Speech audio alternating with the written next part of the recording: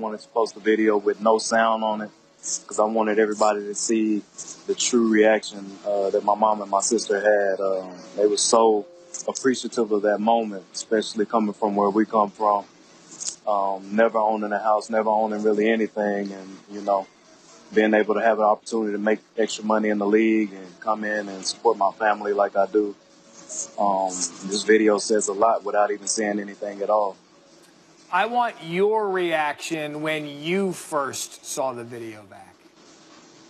When I first saw the video, I dropped a few tears because I know what my mom and I and my sisters have been through in my life.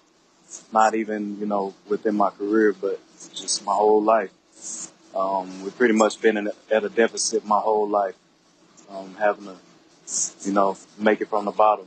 Whatever we needed to do, we just had to do it to get to where we are today. So, you know, watching this video brings back a lot of memories from when I was younger. All the times that I told my mom that everything would be all right, when I had to wipe her tears growing up, when I had to encourage her, and even back to the times that she had to encourage me and give me a lot of love and a lot of words when I was going through some things, you know, through high school and college, and even through my adulthood. And, you know, those tears represent a lot of the pain and the sacrifices that she's made so that I would have the things that I have today. When did you realize, Marquise, that you had a skill set and ability to be able to change your family's life the way that you've done? When I first began playing sports at 9, God showed me, he put it on me. He gave me the mental capacity to know that I have a gift and that I needed to maximize on every opportunity that I'd had moving forward. And so, you know, that being said, I had an outstanding season given opportunities by Kyle Shanahan and Jed York and our wonderful GM, man. It's just the organization has definitely allowed me more opportunities to play in this league.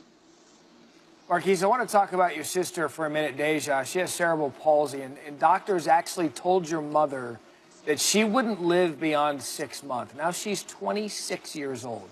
How has your sister inspired you? My sister inspires me daily, man. No excuses for me, you know. I wake up every day, or, you know, when I used to live with my mom, and I would hear my sister talking to herself at 4 and 5 o'clock in the morning, wishing that she could walk, wishing that she could do the things that I do, some of the things that we take for granted. So having somebody like that right next door to you is huge inspiration. She plays a huge part in my life, a huge role in my life, and she's been my reason that I've strived for so much in my life and so much in my career, because she can't do it. She's never been able to. So having an inspiration like that firsthand at home is big for me. How might your story, your situation, and your ascent now, how might that be able to help other young athletes, whatever sport they're choosing, kind of work their way through to get to where you are? Hopefully this story just helps you realize that anything is possible. For all the young athletes out there, I come from a broken home, single-parent household. I grew up on welfare. I grew up on governmental funding, Section 8 housing. I grew up with all the assistance, and I still made it through. So if this story doesn't do anything for you, hopefully it motivates you and allows you to know that you can make it through as well. Just hold true to yourself, maintain your faith, and continue to just work hard for everything that you want, and believe that you can make it, and believe that you can do anything. Hey, Marquise, I know you guys are getting set here. Mini camp's over. We're getting set for training camp at the end of the month. Good luck this year with the 49ers. Congratulations on the extension. On behalf of everyone here at ESPN, thank you for showing your selflessness when it comes to everything you've achieved in life. Marquise Goodwin with us this afternoon on Sports, and what a remarkable story. And it kind of hits State Warrior. I was pretty surprised to see this move go down.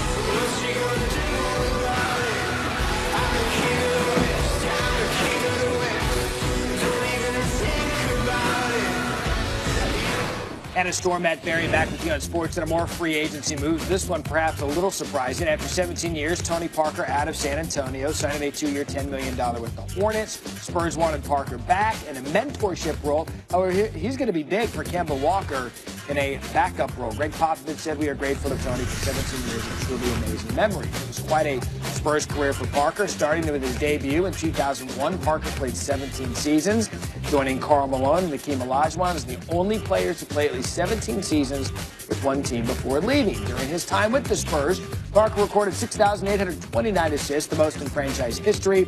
The only active players with more career assists than Parker are Chris Paul and LeBron James. With the organization like the Spurs, it's all about winning, and Parker did just that. He leaves San Antonio having won 4 titles and was named Finals MVP in 2007. Some other moves from around the NBA. The Bulls decided to match restricted free agent Zach LaVine's $78 million offer sheet from the Kings. Zach LaVine, $78 million. Swirl that around your cereal.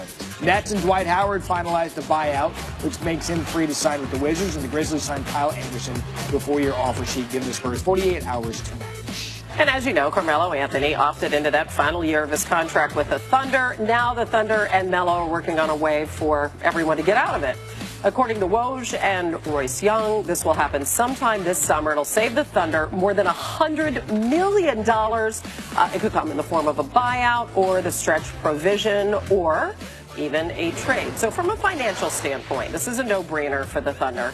According to Bobby Marks, who you're going to hear from in a second, they would save a total of $107 million by stretching that contract.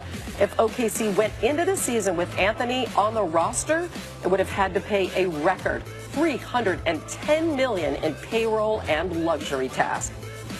Stephen A. Smith now on where Melo might land. The Houston Rockets are the team you need to watch out for when it comes to Carmelo Anthony. Remember, he was supposed to be there last year. If only the Knicks had taken Ryan Anderson off of the Houston Rockets' hands. Not to mention the fact that Trevor Ariza is gone. He's not going to be a Phoenix Sun. So if you're the Houston Rockets, you desperately need a Carmelo Anthony. Somebody who can shoot, somebody who ain't going to go 0 for 9 from three-point range, somebody who is going to feed better off of the facilitation of Chris Paul and James Harden. Not to mention somebody who's got something to prove. And oh, by the way, did I bring up the fact that in the city of Houston, in the state of Texas, there are no state income taxes? That would mean more money in Carmelo Anthony's pockets than if he went to Los Angeles, California, and had to pay those taxes. It might not matter to most of you, but it matters to him. Houston has the edge. It ain't a guarantee, but they have the edge. But there's also some history that bears remembering. Between Melo and Mike D'Antoni, when they were both with the Knicks for a mere 13 months, Melo averaged over 23 points on 43% shooting. But, Matt, as we remember, that relationship did not end well, to say the least. Anthony gave the Knicks an ultimatum back in 2012 that the team needed to choose between him and D'Antoni. And then D'Antoni decided to resign after 4 seasons with the Knicks. All right, for more, as promised, we welcome in our NBA front office insider, Bobby Marks. So, Bobby, take us through the possible landing spots for Melo, and let's start with the Rockets. Well, you're right, Hannah, and I think with Carmelo, it should not be about finances here. He's already made $260 million. But when you look at the 4 teams right now, we start with Houston. There is a forward. Ryan Anderson is the lone forward on that team. They lost Trevor Ariza. Luke Baumute is a free agent. But you made a great point.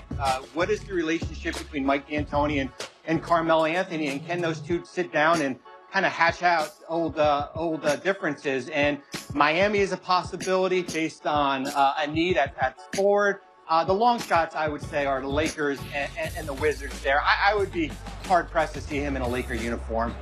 Even though the Lakers certainly could use a shooter at this point, Melo would seem to be a good fit, at least from a basketball standpoint. What would be the key for him, though, no matter where he ends up, Bobby?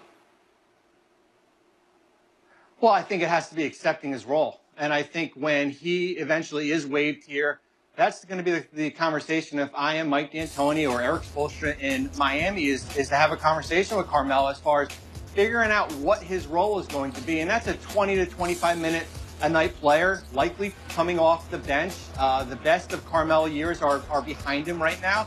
But I don't want to go out and sign him and promise him something that I can't guarantee him. As a lot of friends around the NBA and some of those teams that you mentioned, it'll be very interesting for a guy who averaged a career low just over 16 points a game last season. Thanks, Bobby. LeBron is a Laker. It gets you hyped and excited about the possibilities. A seismic shift. He's a force of nature. You got to give kudos to Magic Johnson. He's not done trying to win. That shared vision is what brought LeBron James to Los Angeles. This is what the Lakers do. Indeed, LeBron to the Lakers. Well, not entirely an unexpected move, of course. That is still a seismic shift in the NBA, putting a Lakers team, which had missed the postseason for the last 5 years, squarely back into the playoff picture. Keith Olbermann now tells us how the majority of Laker greats aren't necessarily from Hollywood.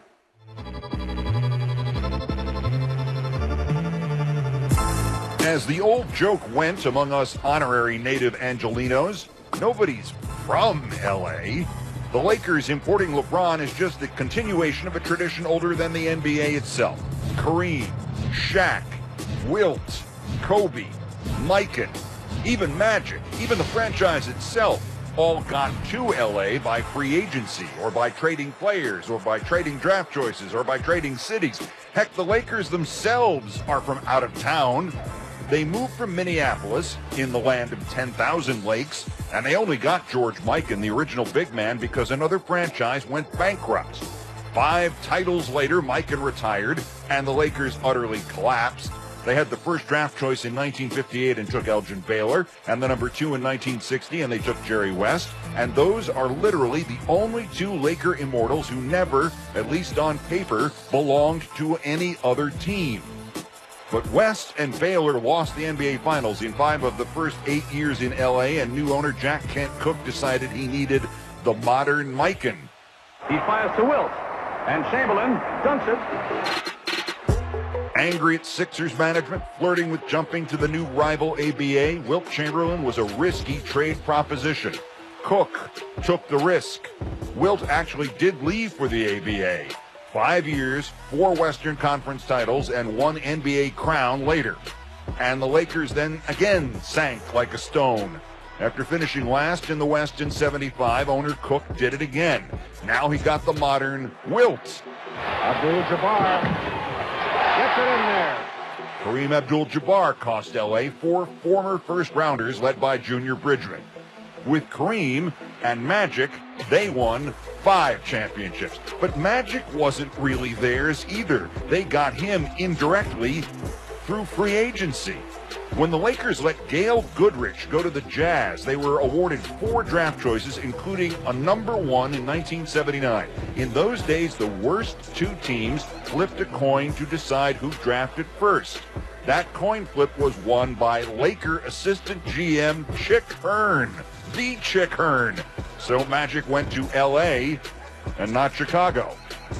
Magic down the middle, just what I thought. A hook shot at 12. Good! From Mikan to Magic to King James, this has just never stopped. James Worthy only got to L.A. by a traded draft pick and a coin flip, or he would have been a San Diego Clipper. In '96, the Charlotte Hornets picked Kobe, then traded him to the Lakers straight up for Vlade Divac. 3 weeks later, owner Jerry Buss went out and got the modern Kareem, signing Shaq for 7 years and $120 million.